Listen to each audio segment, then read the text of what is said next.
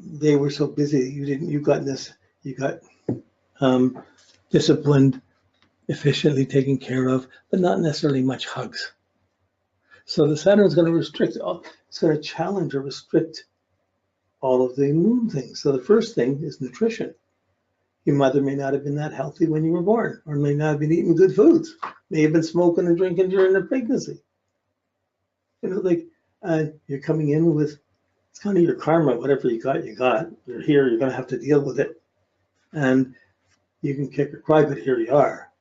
But Saturn to the moon, you think difficulties between father and mother, it could be a poor home, living in a poor environment. It's not usually that. It's more likely to be perhaps poor nutrition, not feeling nurtured, not getting hugged, not feeling secure with your parents, and your parents not feeling secure about you. But the moon is your memory, so it might restrict and make you remember the serious things, the worried things, rather than the happy things. So when someone gets close to you, runs into your sympathies, into your feelings, into your memories, this is kind of easy to be so melancholic that you could depress other people easier than you can laugh with them.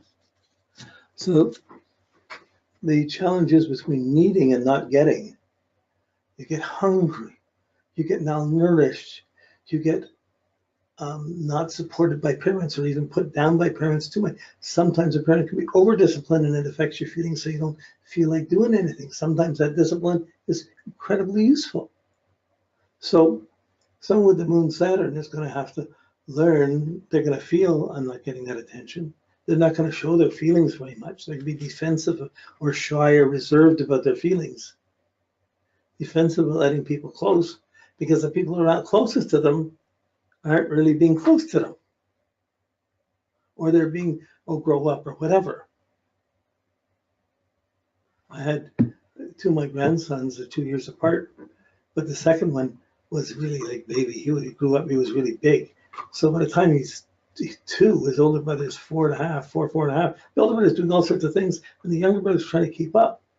I had to constantly remind myself, this is not a 4-year-old kid. He's just 2, but he looked like he was 4. So like, I tried to do as much as he was always angry because he couldn't keep up. It's always the second kid has that scenario. But nutrition, diet, if you're thinking medicine-wise, you probably think Saturn's, you might have a lack of calcium since Saturn's bones and moon is nutrition. There may be difficulty with absorbing calcium. But so there's a whole branch of astrology go into the physical associations between the two things and looking to see where the stress would come. I'm trying to see just our basic needs, our memories, our feeling okay. When we feel funny, okay, it's easy to be funny. It's easy to joke about things, to be secure with things. When we're not feeling secure, it's hard to participate. And a lot of that could be coming directly from health. So you see it in a chart. You gotta wonder what the parents are eating, who's doing what, how much time is being given to the kid, how much extra time is being given to it. Probably not. They probably get more practical. Could be an older parent. Could be a sick parent. But if you're looking at things. But when you're trying to get close to someone who has moon Saturn, they're not going to show their feelings. If you're a feeling person, you're putting your feelings in. You're going to be the funny guy, but they're going to be the straight person in the comedy routine. They're not going to show their response. They're going to be overly defensive, inhibited, holding within. So this inhibition, it's the source of ambition. If you're feeling insecure, nothing's right, how are you going to fix it? You're going to have to work extra hard to overcome it till you can accomplish something and prove that I did that. So if you're born without missing a leg or something, or missing a limb, and you just work without it, it's normal for you, but you're working with it, you don't let it affect your moods and stuff, you just keep discipline, you can build up a lifestyle that can accomplish something, but it's going to be more serious. You're not going to have the same number of friends coming in and supporting you and giving you support. So again, depending whether it's above the horizon or your moon's above or below, the Saturn is going to put pressure on the moon. And it's going to make it hard to feel secure, hard to show your feelings, hard to smile. The tendency is to control it, to be reserved around it. If I need something, you don't expect to get it. You expect, well, we'll have to do without it. And when you're younger, it's just happening. You don't have as much choice. As you get older, you survived it, and you're still working with it. But then you may not know how, you may not be easy to live with, because you might be too serious, too secure, too cautious. We got to have this, we got to have such a, it can be too cautious around personal feelings. I know one person had that, and they never wanted to throw out food. They wanted to finish exactly food. We have never waste anything, never do anything. Itself, it's a good quality, but to its extreme, it's hard to share a fridge when you're doing something like that.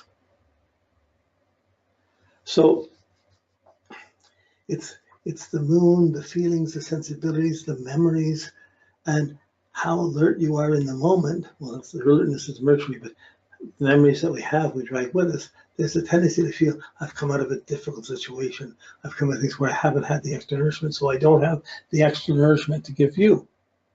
So what happens, they attract someone, by not being giving so much, they attract someone who also perhaps isn't giving.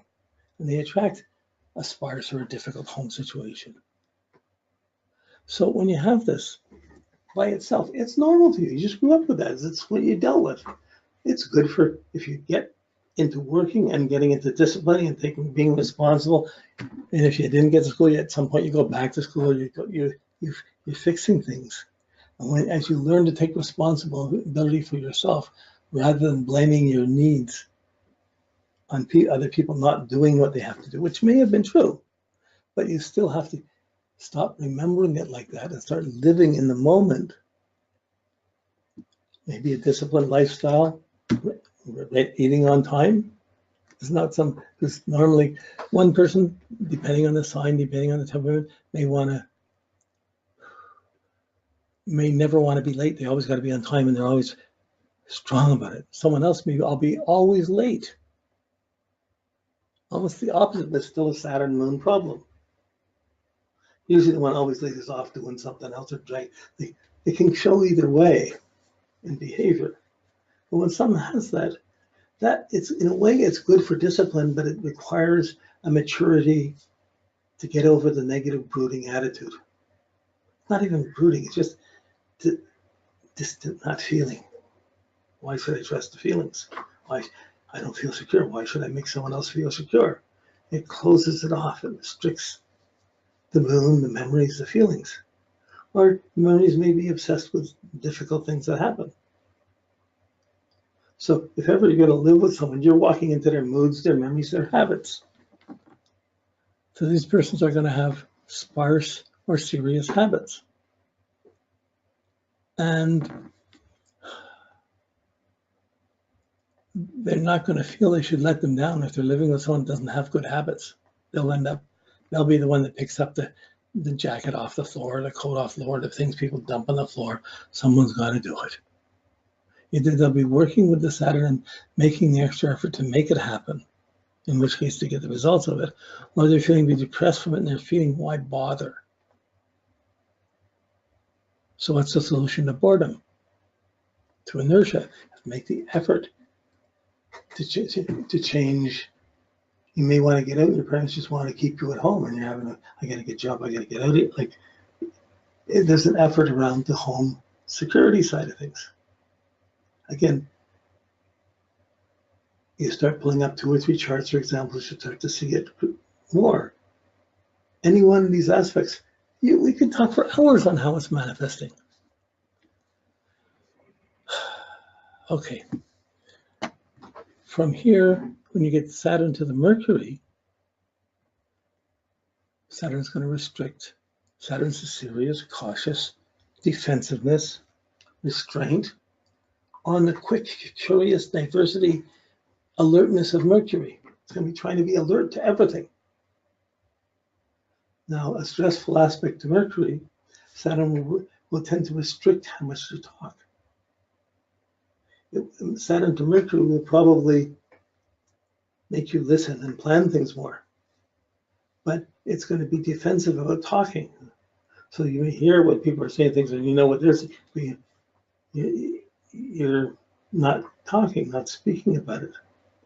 So people with speech impediments coming and struggling with having to learn, it just takes a little, it's not a big deal. It takes some work, you work with it, and most people can get over most speech impediments. But if you're not getting the right nutrition and you're not thinking right, like thinking right, wow, thinking clearly, having fun. Well, Saturn to Mercury is not fun. The mind is serious. It's a little depressed. It might be a little slow. It's going to be very strategic in planning things. The Mercury is going to, instead of bubbling and just being alert to everything, it's going to be cautious around things. So it's going to be defensive. The Saturn is being responsible. Think about your responsibilities. Think about what we have to do. Think about what you haven't done.